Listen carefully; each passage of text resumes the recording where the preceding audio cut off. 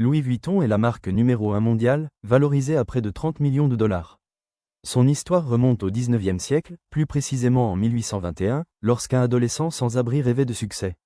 Sans argent ni nourriture, il fut contraint d'exercer divers métiers pour survivre. Malgré ses faibles revenus, il acquit de nombreuses compétences et techniques qui lui permirent de se hisser au premier rang des marques de bagages modernes, créant ainsi un empire de plusieurs milliards de dollars. Quelles ont été les circonstances de l'enfance de ce jeune homme? Comment a-t-il pu surmonter toutes ces difficultés et réussir? Et comment son empire a-t-il pu perdurer pendant des siècles? Telles sont les questions auxquelles répondront les prochaines minutes de la vidéo d'aujourd'hui. Mais avant d'entrer dans les détails, nous vous invitons, chers spectateurs, à cliquer sur j'aime, à vous abonner et à activer la cloche pour recevoir tout le contenu passionnant, intéressant et insolite. Commençons par parler de son enfance. Au XIXe siècle, Louis Vuitton naît à Anchay, en France, et y grandit auprès de son père, Schaffer Vuitton, agriculteur, et de sa mère, Corinne Gérald. À cette époque, la France ne s'était pas encore remise des guerres napoléoniennes, période durant laquelle de nombreux agriculteurs, dont la famille Vuitton, firent faillite. Dès son plus jeune âge, Louis n'eut d'autre choix que de travailler à la ferme familiale du matin au soir, semant et récoltant les cultures, gardant les moutons et les bovins, et ramassant et empilant du bois de chauffage. En 1831, alors que Louis avait 10 ans, la vie devint encore plus difficile à la mort de sa mère. Peu après, son père se remaria. Sa seconde épouse, une méchante femme digne d'un conte de fées, lui rendit la vie impossible. Il finit par se lasser d'elle. En 1835, à 13 ans, Louis quitta progressivement la ferme et décida de s'installer à Paris, la ville lumière. Sans argent ni nourriture, Louis trouva du travail chez des artisans, où il apprit à travailler le métal, la pierre, le tissu et le bois. Cependant, faute d'argent pour se loger, il dormait souvent dans les bois, une couverture lui tenant relativement chaud. À cette époque, la première ligne de chemin de fer vers Paris ouvrit, facilitant les voyages et favorisant l'essor de l'industrie. Les artisans en profitèrent pour fabriquer des coffres sur mesure pour les aristocrates, qui voyageaient souvent avec des tableaux, des outils, des meubles et les boîtes nécessaires pour les ranger pendant le voyage. Ils avaient également besoin d'aide pour emballer leurs biens de manière spécifique afin de les protéger de la casse. Après avoir acquis quelques compétences qui allaient faciliter sa vie sur la route de Paris, Louis décida de se lancer dans le commerce. Heureusement, un certain Sid Marshall l'engagea comme apprenti. Bien que Louis ne gagnait pas beaucoup d'argent, sa soif d'apprendre le maintenait. Au fil du temps, Louis devint le favori de Marshall parmi les ouvriers. Par la suite, l'impératrice Eugénie de Montijo, épouse de Napoléon III, le nomma en 1853 comme son emballeur personnel. Travailler pour la cour impériale donna à Louis une visibilité exceptionnelle, et très vite, sa renommée s'accrut. Face à la demande grandissante, il ouvrit sa première boutique. Dès le départ, il innova en repensant le design des bagages, ce qui bouleversa les normes du secteur. À cette époque, les malles étaient généralement fabriqués en cuir, avec un couvercle bombé pour empêcher l'eau de stagner, un système efficace contre l'humidité, mais peu pratique à empiler. Pour remédier à cela, Louis expérimenta une nouvelle approche, remplacer le cuir par de la toile. Ce matériau, plus léger, plus souple et également plus résistant à l'eau, permettait une manipulation plus aisée. En optant pour une forme plate et rectangulaire, il facilita l'empilement des malles tout en leur donnant un style moderne. L'utilisation ingénieuse des couleurs renforça encore leur attrait. C'est ainsi que Louis Vuitton marqua un tournant décisif dans l'histoire de la bagagerie. Au début, les clients restaient hésitants face à ce produit inhabituel. Mais 2 ans plus tard, ses créations devinrent très populaires à travers la France. Fort de ce succès, il se lança en 1867 dans une nouvelle aventure, la conception de sacs à main. À cette époque, en Europe, ces sacs étaient considérés comme peu élégants, trop encombrants, et inconfortables à porter. Mais Louis croyait fermement au potentiel de ce produit. Il conçut alors des modèles en toile, plus petits, légers, avec des couleurs vives et harmonieuses adaptées à la mode féminine.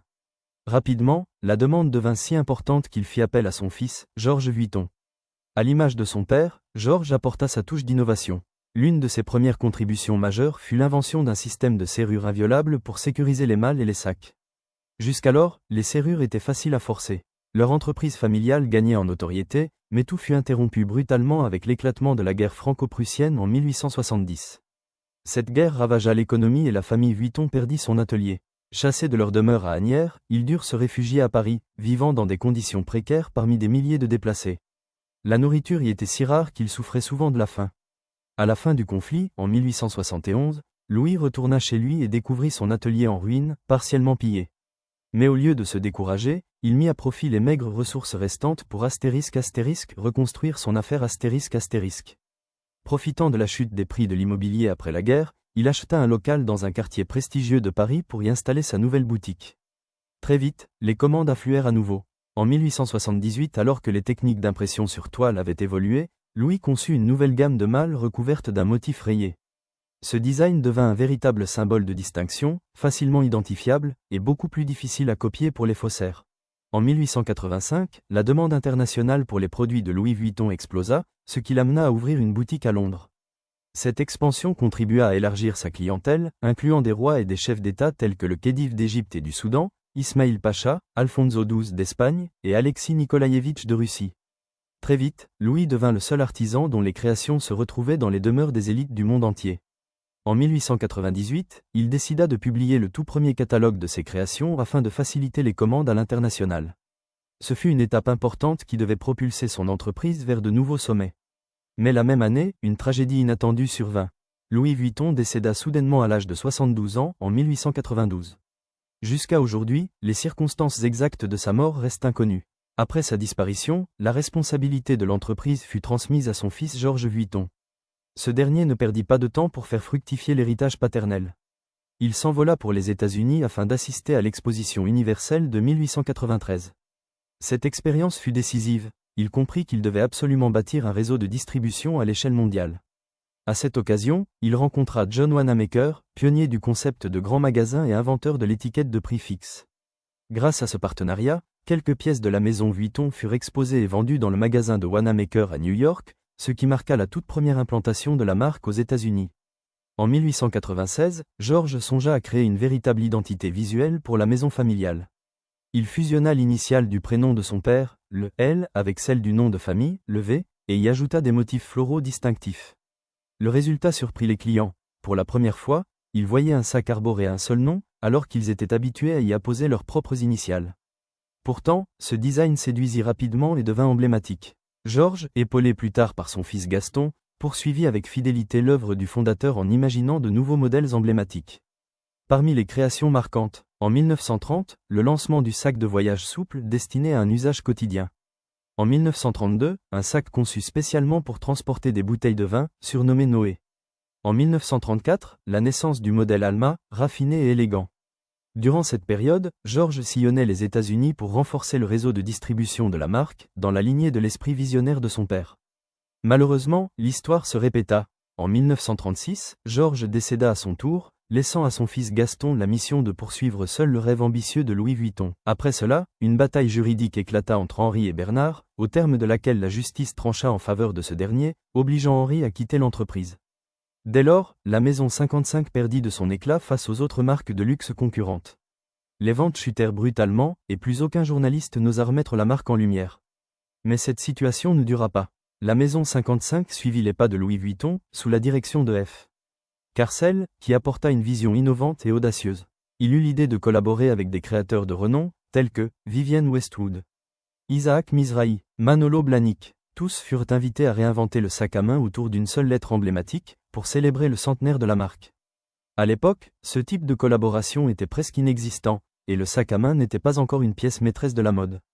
Pourtant, ce projet connut un grand succès et permit à la maison 55 ainsi qu'à l'univers du sac à main de retrouver leur place sur la scène moderne de la mode. Un an plus tard, en 1997, Louis Vuitton engagea le designer Marc Jacobs en tant que directeur artistique.